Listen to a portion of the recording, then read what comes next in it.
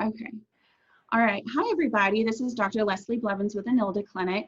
Today, we have a couple of very special guests.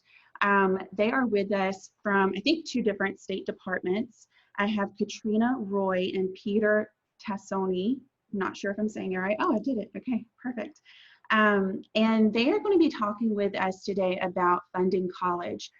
This presentation is extra special because we're going to get information about how parents with special needs children can particularly plan for their child's future in college. And then we're also going to go into gen ed students as well. So let me tell you a little bit about Ms. Roy before we get started. She works in communications at the Washington State Department of Financial Institutions, or DFI. She travels all over Washington State talking about the importance of financial education, including discussions about fraud, credit, debt, student loans, and personal finance management. Katrina has been with DFI for 5 years. Now, Peter, he is the state administrator for the Washington State ABLE 529A and DDETF Special Needs Trust programs. The 2 programs have over 3,500 participants and $75 million in assets. Peter has a son with a developmental disability. Awesome. All right, Katrina and Peter, thank you so much for being here. You guys are clearly super expert in your fields, and just taking the time to chat with all of us is very meaningful. I know it's going to be very meaningful to the families today. So thank you for that. And I'm going to go ahead and pass it over to Katrina. All right. Hello. I just want to preface this with I have a phone next to me, and if it rings or someone walks in my office door, I apologize. Hopefully that will not happen. But yeah, so today we're talking about funding college. So college is expensive for everybody. There is a ton of information to know, whether you have a student with intellectual disabilities or a student who is not disabled. There is so much to know about college funding. There's just a ton of information out there, and it can be really overwhelming. So I'm hoping to bring just a couple of good resources for you to learn a little bit more about Washington State and what we have to offer, as well as some national companies or national organizations as well that just provide a lot of information to help straighten things out. And my computer's going a little slow. So I work with the Department of Financial Institutions. I do travel all over Washington State talking to everybody and anybody about different financial topics. We talk about, like was listed, student loans and personal finance management. We really just want everyone in Washington to have access to that personal finance information so that they know how to manage their finances, and that there are so many organizations out there to help them.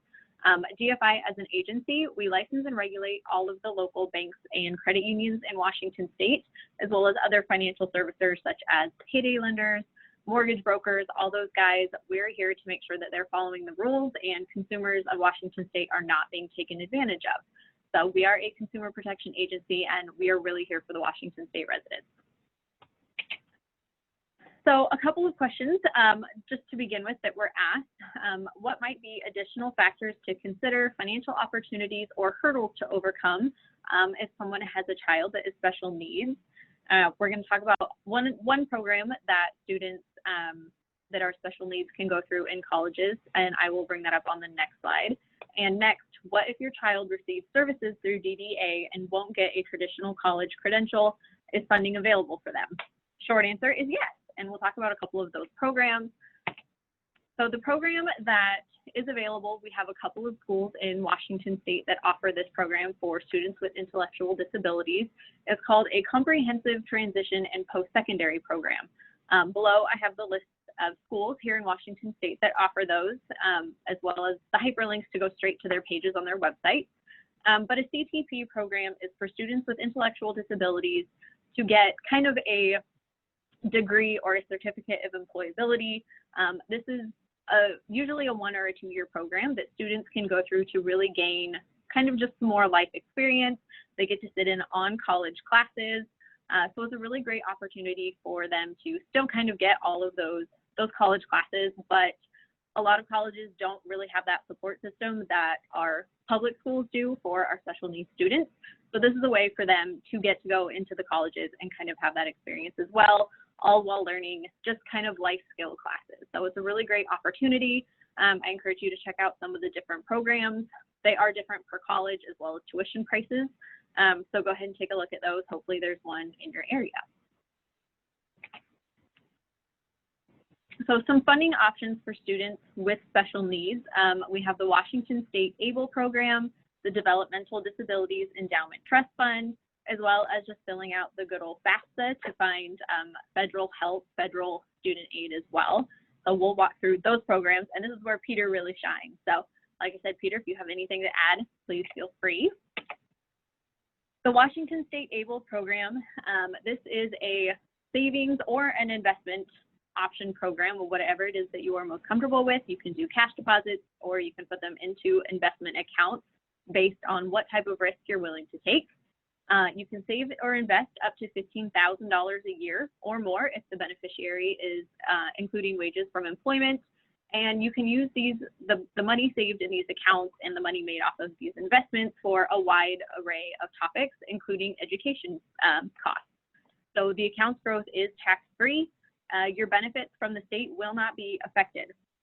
So you can put all of this money in here and you don't have to worry about your beneficiary losing any of those state benefits.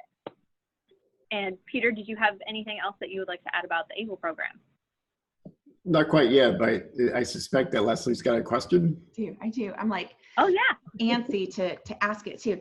So with the ABLE program, clearly most, if not all individuals who are utilizing it are going to be utilizing it with a caregiver or a guardian of some sort. Is there any special type of designation for a person over the age of 18 with an intellectual disability? Is there any kind of special designation that their caregiver needs to get, or power of attorney or something for them to utilize the ABLE program?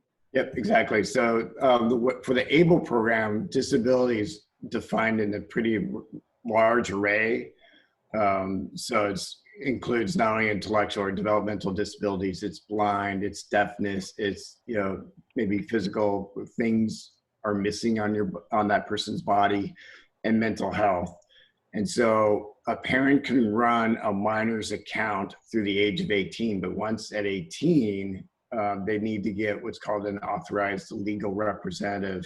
And that's a person with either guardianship over the individual or with power of attorney.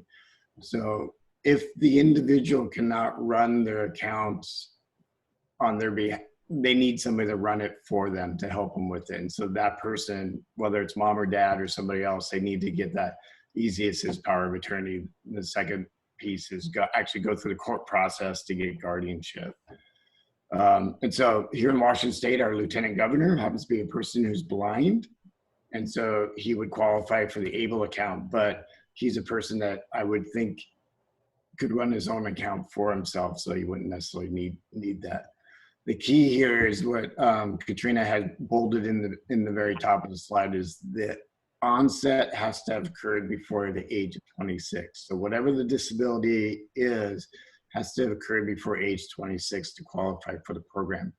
You can be 60-year-old and decide to go back into the CTP or go into the CTP program, and the ABLE funds can be used to help pay for your education, your tuition, your books, and all that stuff. It just, whether it's an accident or something that you're born with, has to occur by age 26. So ALR, authorized legal representative, for people that are older than 18 that need help running their account. Awesome. Perfect. And that pretty well perfectly summed up the eligibility slide for that. So yeah, person just has to have that disability before age 26 and a Washington State resident. So the Developmental Disabilities Endowment Trust Fund is another savings account.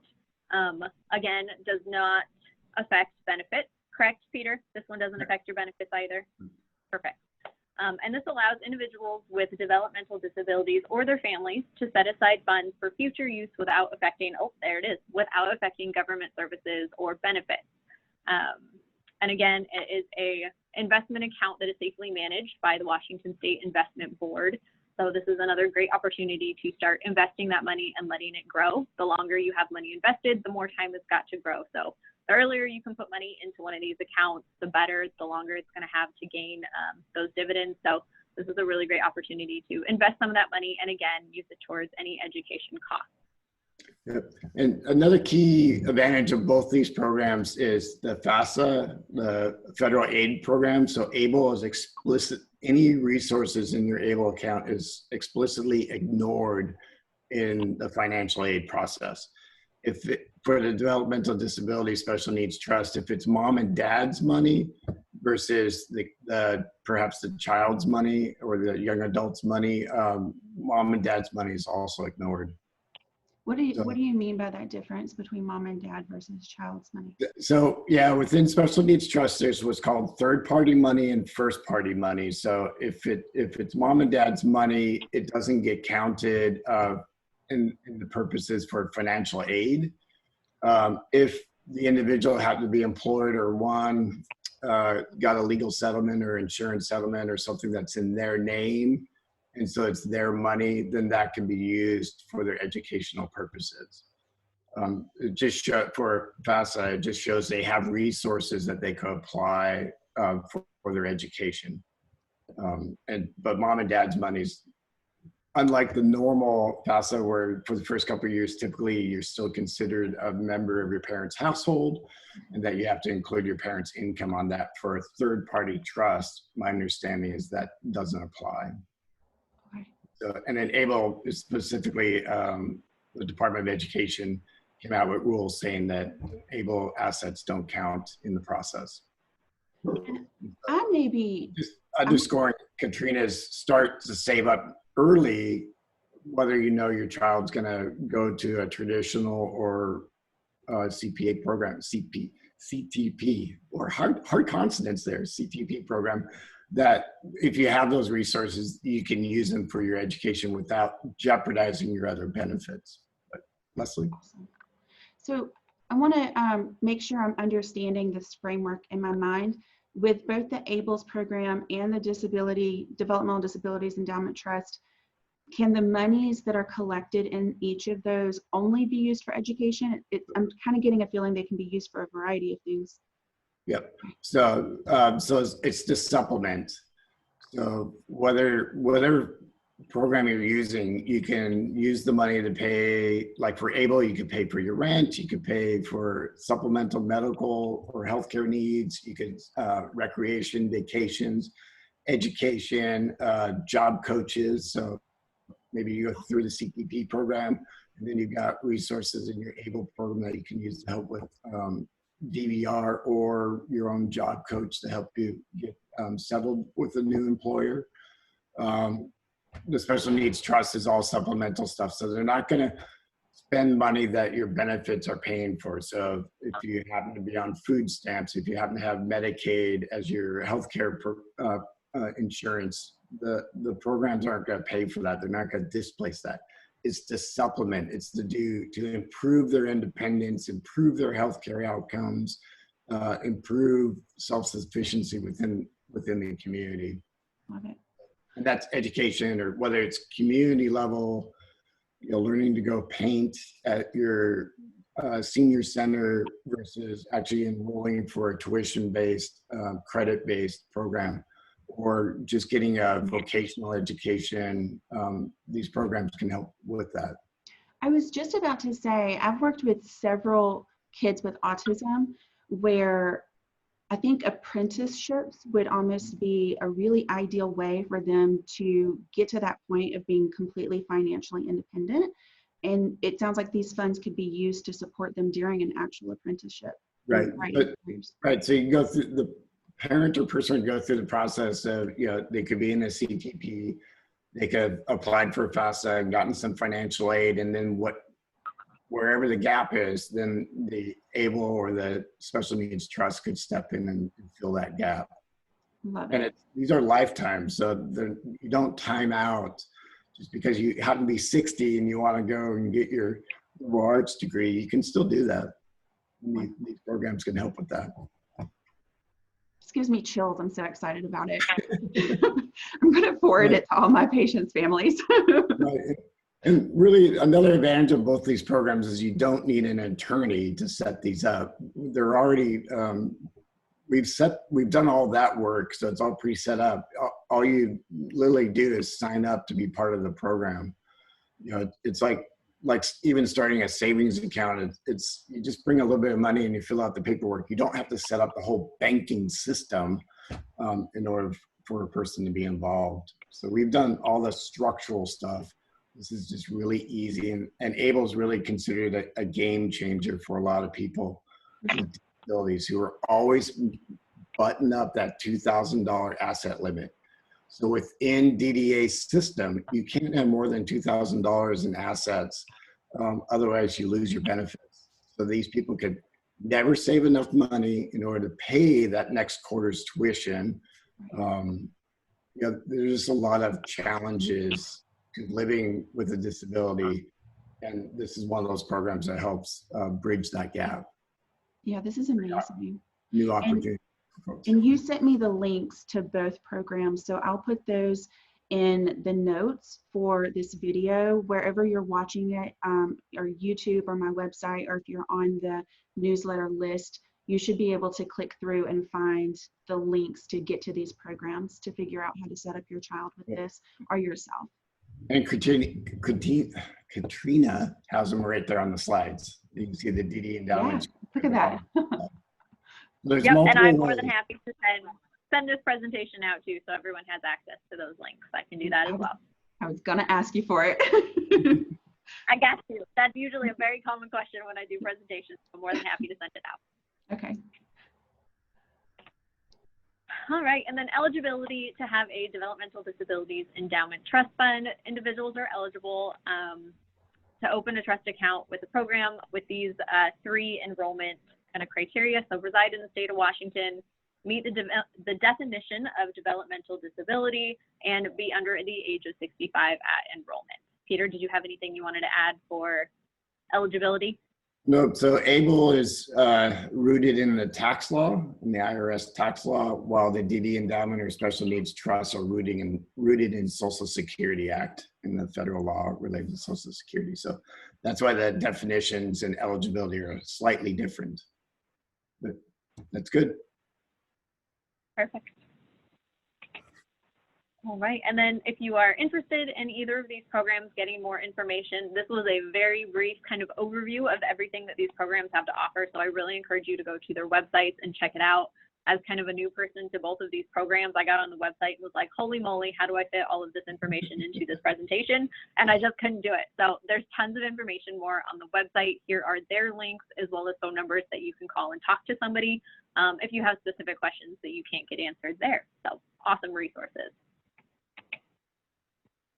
Okay, so college planning, just kind of in general. Peter, did you have anything else that you wanted to add about either of those programs before I move on? Okay, perfect.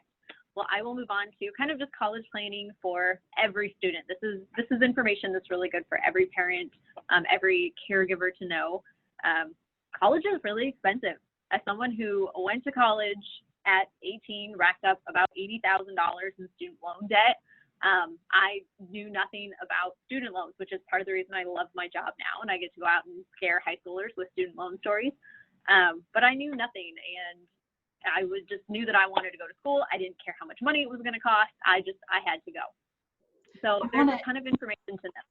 I want to just say, Katrina, that I really appreciate your career so much, because I was the same exact way, where I just did things whenever I was young and racked up a ton of student loan debt. So thank you for doing what you do, both of you. Yeah, of course. I feel very lucky to have landed into the job that I did after going through all of that. And I've really learned the best ways to pay off my own student loans being in this career for the last 5 years. So it's been very helpful to me. I'm also very lucky for this career.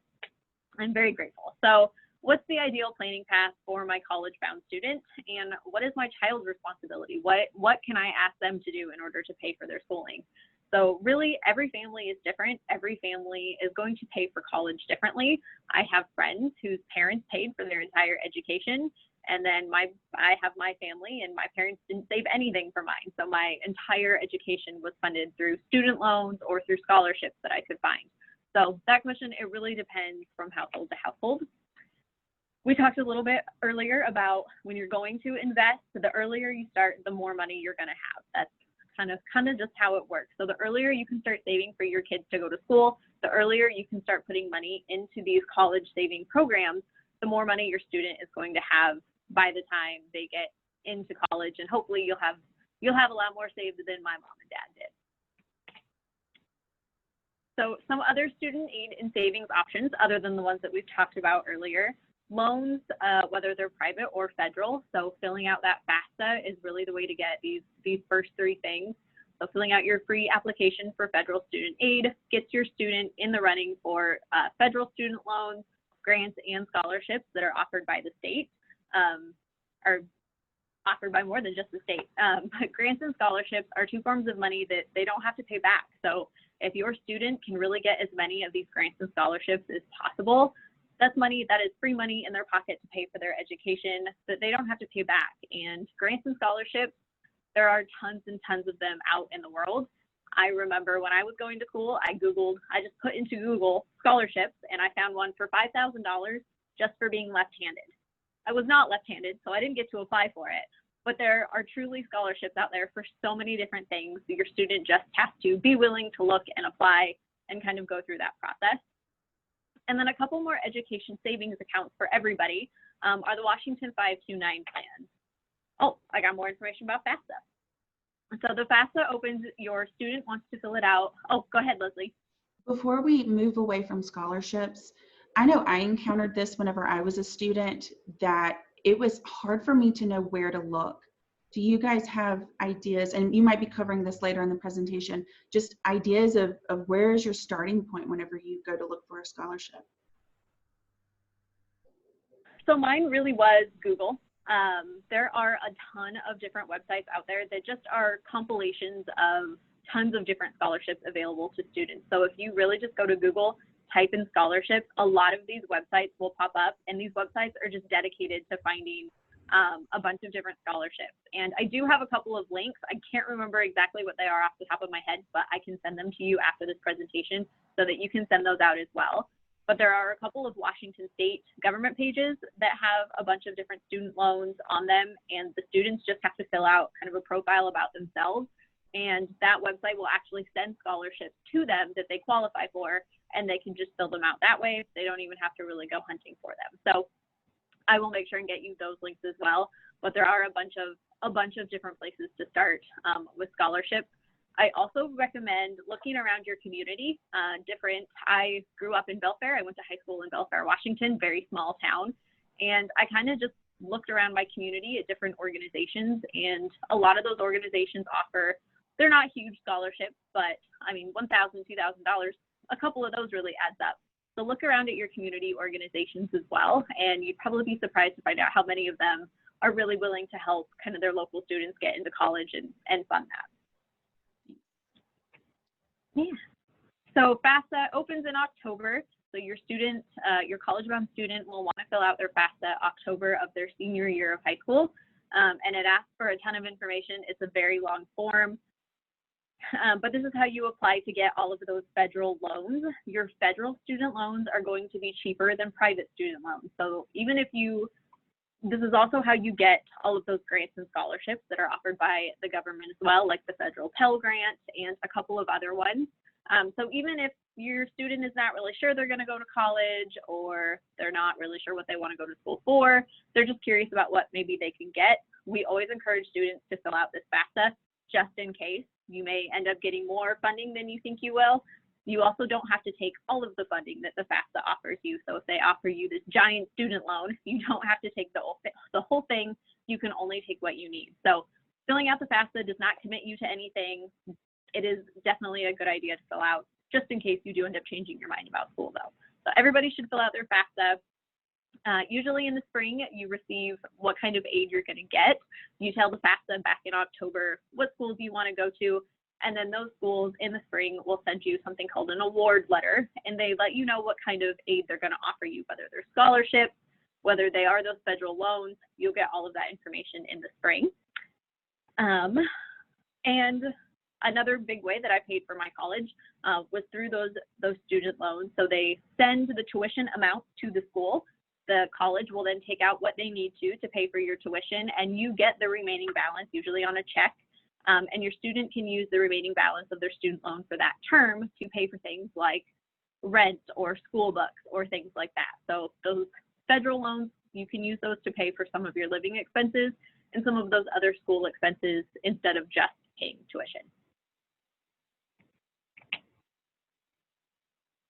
So the Dream Ahead College Investment Plan, this is one of Washington's 529 plans. And again, this is an investment account that parents can start putting money into from a very young age for their student. You can open an account for yourself, a child, or a loved one. Only takes $25 to get started. You can make contributions at any time. There are several different investment options. So if you have a very young child and you really want to invest as much as possible, you can get into an investment option based on your risk tolerance. So when they're younger, you want to take a little bit more risk because your child kind of has time to let that risk really grow into a bigger account. You can pay for a variety of education expenses, including tuition, fees, room and board, books, and computers.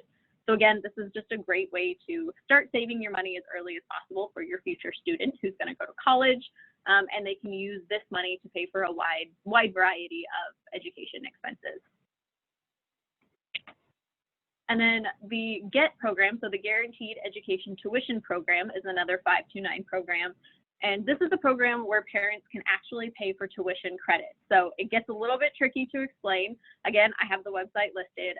So if I confuse anything or if I make anything sound really confusing, the website explains it much better than I will. But parents can actually buy education credits or units where 100 units equals 1 year of tuition. So you are buying your college tuition now at today's prices, because college is one of the biggest, I don't even know what word to use, but it skyrockets every year. College is such an expensive thing, and it just keeps getting more and more expensive. So if you can buy all of those college credits today at today's prices, instead of whatever they may be in 18 years, you're going to save a lot of money by getting started today. So this is something parents can do for their students. If you do decide to start one of these while your student is young and they get to age 18 and they say, Mom, Dad, caregiver, I don't want to go to college, this can be something that you can switch beneficiaries for. So you can put it then in someone else's name to start saving for their college education. You can also request a refund. I believe there are some fees that go along with that refund if you request one of those. But this is another great way to pay today's tuition prices instead of waiting and seeing what they're going to be in the next 18 years, because I guarantee they're going to be a lot more expensive. Can you ever transfer the sum total of the funds to a different individual? Yes. So if you have saved up for so many years and, like I said, your child decides that they do not want to go to school, you can just put that account in someone else's name, and now that person can use all of those purchase credits to go to school. So it doesn't necessarily have to be for that person you've been designating for years and years. You can change the beneficiary. So talking to your kids about school. So this kind of goes back into how do we save? How do we start saving? What's going to be my student's responsibility when it comes to saving for college? Start funding that education account as soon as possible. Obviously, you don't know if your 4-month-old is going to want to go to college someday, but if you start now and they do decide they want to go to college someday, you will be so happy that you started when they were so young. Time equals money. The more time that you can keep that money in an investment account, the more money that you're going to have in there when you're done. Kids can grasp financial concepts at a very young age, as young as 7. So at 7 years old, a child kind of has their financial behavior set of whether or not they're going to be a saver or a spender. I know it's crazy. 7 years old is extremely young. I can tell you my habits at 7 years old were definitely set to be a spender, unfortunately. And it's very hard to change. So once they have kind of that financial behavior set, it's very hard to change it. So talking to them young, what I tell parents is as soon as your kids are old enough to start asking for things at the store, they're old enough to start learning about money and how that works. So a couple of really great resources I have listed here. The Financial Education Public-Private Partnership, that's the FEP. They have resources from tons of different organizations for all different ages of students to kind of start talking to them about money. So that's a great resource to go to and get started. Also, our website has a ton of information as well. But start talking to them as young as possible. You'd be amazed at the kind of things that they can really grasp at those really young ages. So the sooner you start talking to them and educating them about how money works, sorry, just had a little interruption. So the sooner you can start talking to them about how money works, the better they're going to be as adults with their money. If you wait until they're in high school to start talking to them about money, they're probably already long gone and going to be very hard to kind of correct all of that financial information. So in high school, freshman year, be honest with your student about how college is going to be paid for. I had no idea until I was a senior in high school that my parents did not save any money for me to go to school, and I was very disappointed. So be honest with your student early on about how college is going to be paid for, if they need to start putting away funds from a summer job, or if they really need to start looking for scholarships, or really get in tune with kind of how they manage money and how it is that they think they're going to pay for college. Just be honest with them, and talk about how much college really costs. Again, I was a senior. I had just gotten my first offer of federal aid, which was a student loan. And my dad was like, whoa, this is a really big loan. And I didn't know what that meant. Nobody had talked to me about these kinds of things. So I was like, I don't care. Just take it. I'll pay it back later. It's fine. I can tell you today it's not fine. It's very expensive. So make sure that they really understand what all of these things are, what those terms mean. If they jump into their senior year, they're applying for aid and they're just taking anything they can get, they're going to be in a really rocky financial situation after college. So talk to them early. Really just be honest with them about what all of this means. Start talking about it before they fill out their FAFSA. And then sophomore year, discuss what your student might want to go to school for. So part of the reason my education ended up being so expensive was I had decided I wanted to be a baker. Clearly that is not what I am doing today. So I wasted a little bit of time at school because I thought I wanted to do something that sounded like a really good career. And then I really decided that was not the path for me. So really discuss with them, what do you want to go to school for? Do you even want to go to school? Just all of those different questions about, okay, what different programs are out there that you can do for that career? Because sometimes a 4-year college degree may not be necessary. I have a brother who spent almost $100,000 in student loans for a degree that he has decided he never wants to use. He is doing a completely different career now, but he's still on the hook for that $100,000 to repay, which with student loans will be a lot more than $100,000 by the time he's done. So make sure that your student really has a clear idea of what path they want to take. Junior year, visiting campuses, actually going to these colleges that they think they may want to go to. They may discover that's not somewhere that they want to be, that's not a program that they want to participate in. So really jump in, have your student do a ton of research, do it with them so they don't feel quite so overwhelmed and alone, but really have them go and kind of explore, visit these schools. I went to a college in Denver and I ended up absolutely hating it, which I probably would have known the first time I had seen it had I gone before college started. So really visit those campuses, kind of get an idea of what these places are like. This is a pretty good chunk of time that your student will be spending at this place. So make sure they do like the vibe. This is really, truly somewhere they want to be. And then senior year, fill out that FAFSA and kind of just get ready for college. Make sure all of that funding is in order.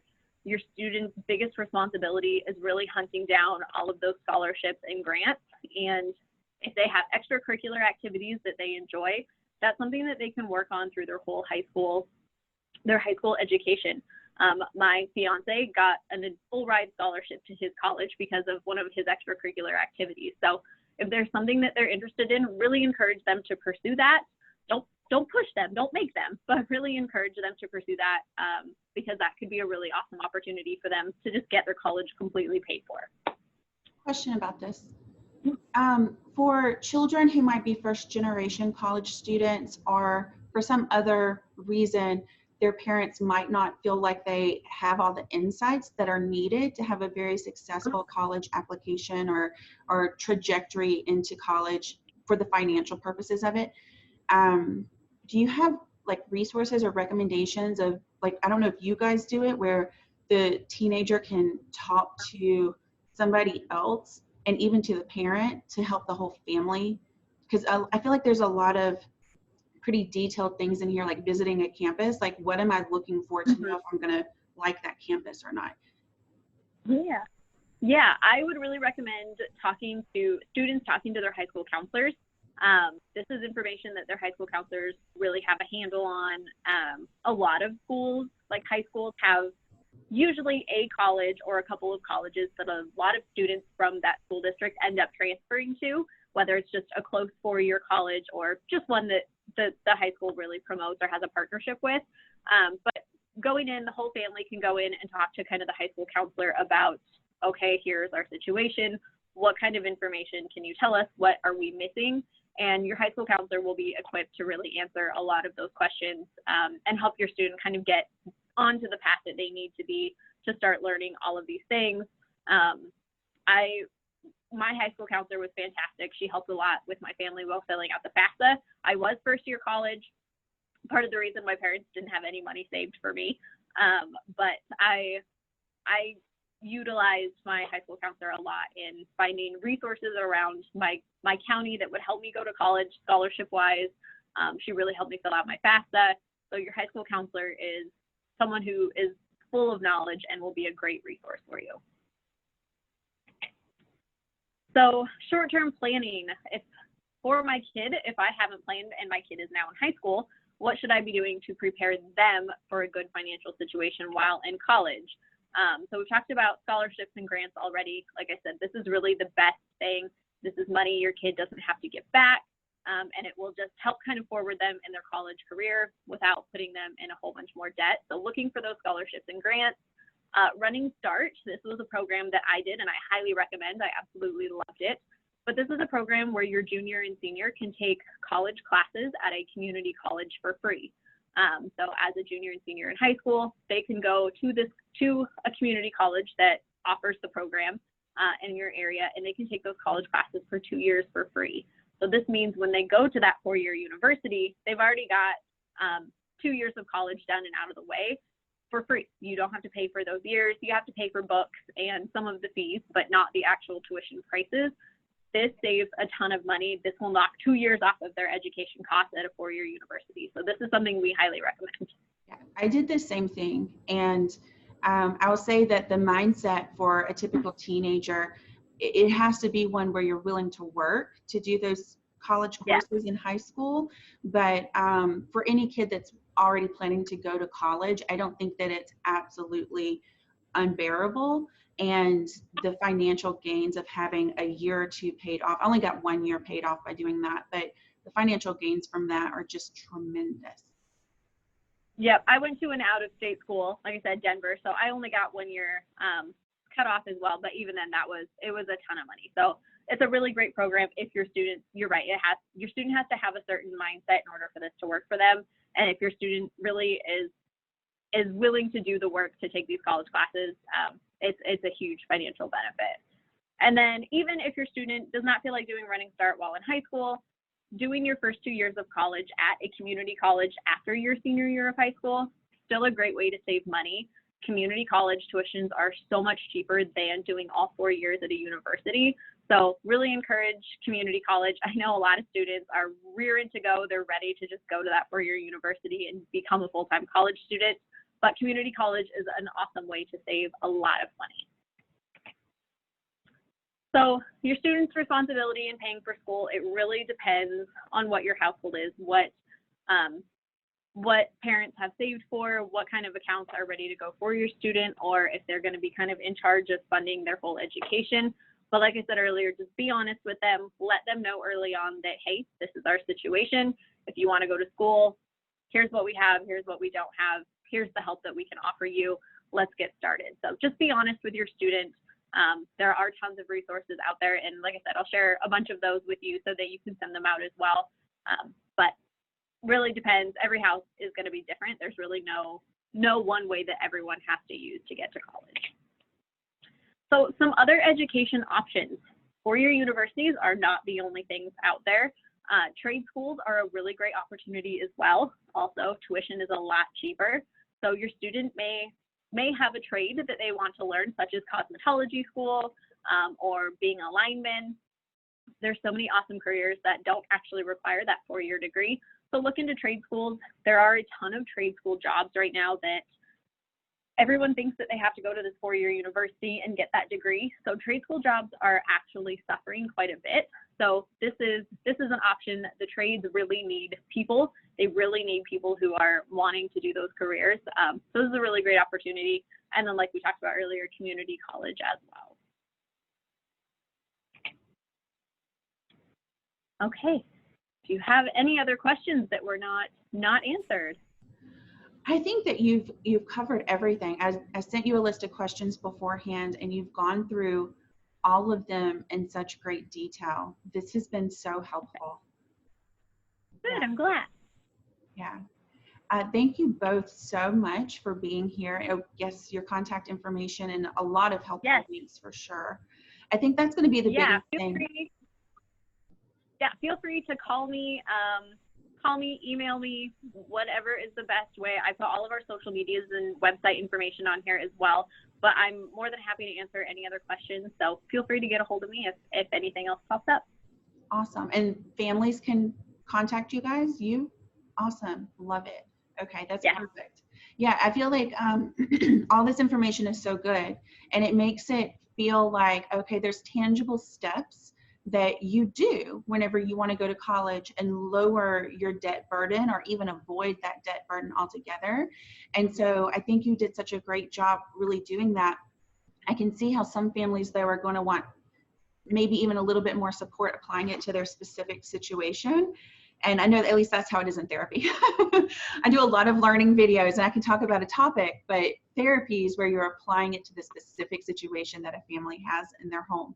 And so I really encourage anybody who's out there with, I guess, any age child to really think about this so that they can lower any stress they might be having, and to reach out to Katrina and just get the information, because that in and of itself might just decrease the stress of just knowing what steps to take.